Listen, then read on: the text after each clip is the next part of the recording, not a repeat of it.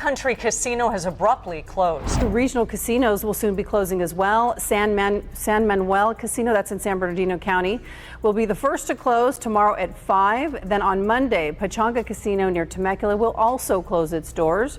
Tribal leaders say that $326 million. That's how much vanished from California's budget in a single year, not from tax cuts or new spending, but from casino closures. When asked what happens to communities losing their primary economic engine, Gavin Newsom had no answer, only political buzzwords. What the state is not saying. Publicly, California leaders describe the casino industry as stable. Privately, the picture is far darker.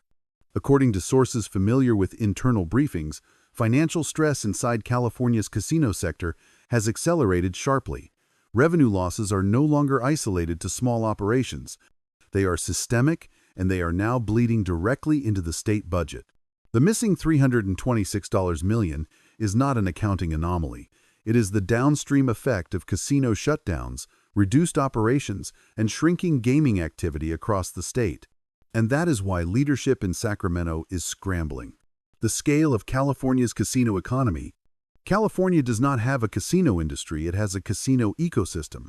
The state hosts over 70 tribal gaming facilities, hundreds of licensed card rooms, operations stretching from San Diego to the Oregon border, more than 250,000 direct and indirect jobs. Unlike states dominated by one or two mega casinos, California's gaming industry is decentralized, woven into rural towns, small cities, and tribal economies.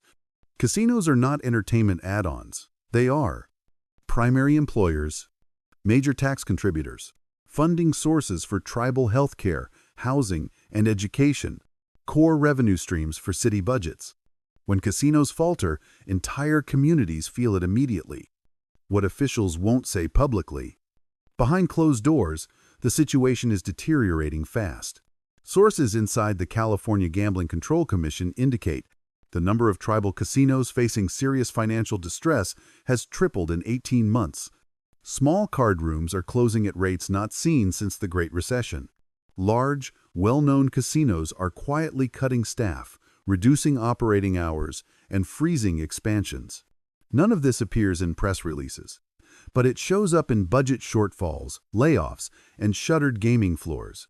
Why casinos are actually closing? The popular explanation is online gambling.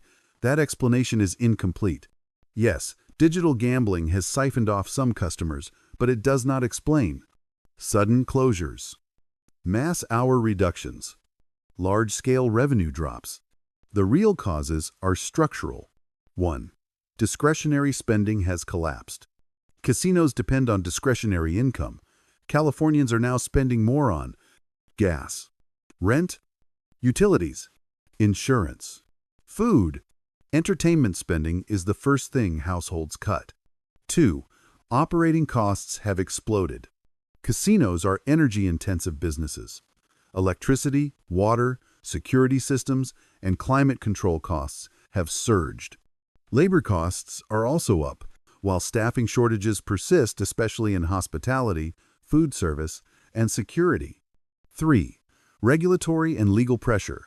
Card rooms face constant legal uncertainty over permitted games. Tribal casinos face compliance obligations that grow more expensive every year.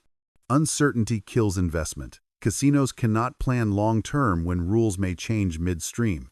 Why the governor is in damage control mode. When casino revenue collapses, the consequences land directly on state leadership. Casino revenue supports tribal government services, city general funds, infrastructure projects, emergency services, state tribal compacts worth billions. A $326 million revenue loss is not symbolic. It creates real budget holes.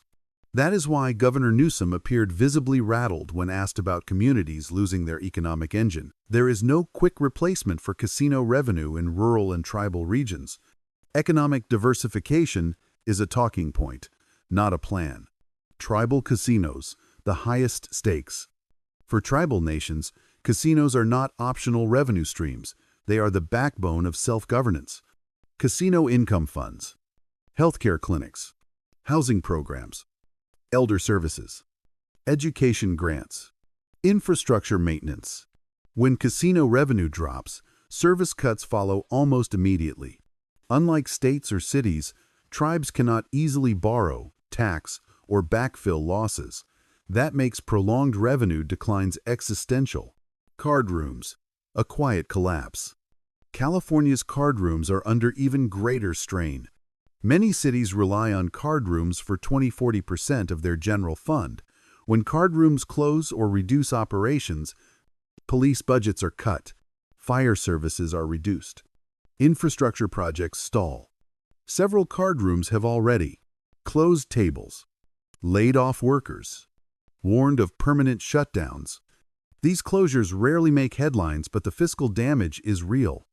The job losses no one is tracking. Casino employment declines are happening quietly. Reduced hours mean fewer shifts, lost benefits, part-time workers pushed out entirely. These are middle-income jobs with limited local alternatives, especially in rural regions. When casinos cut back, workers do not transition easily to other industries. Many communities simply do not have replacements. Why this becomes political chaos? Casinos operate on confidence. Once customers believe a facility may close, they stop visiting.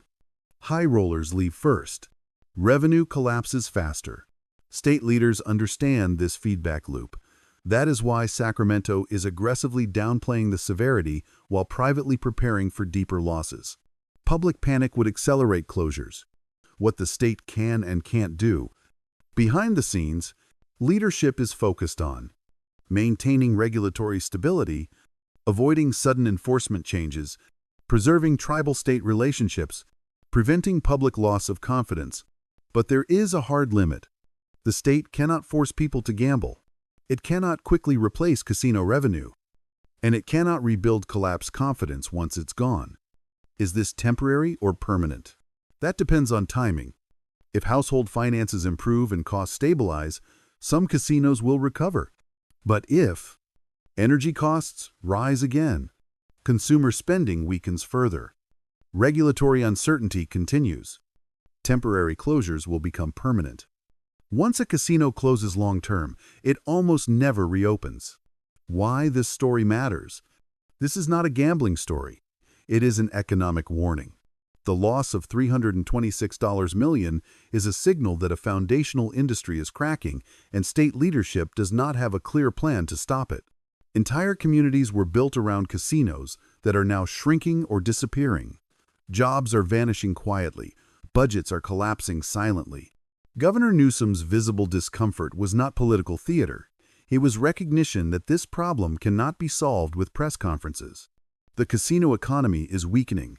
The fallout is spreading. And California is running out of easy answers.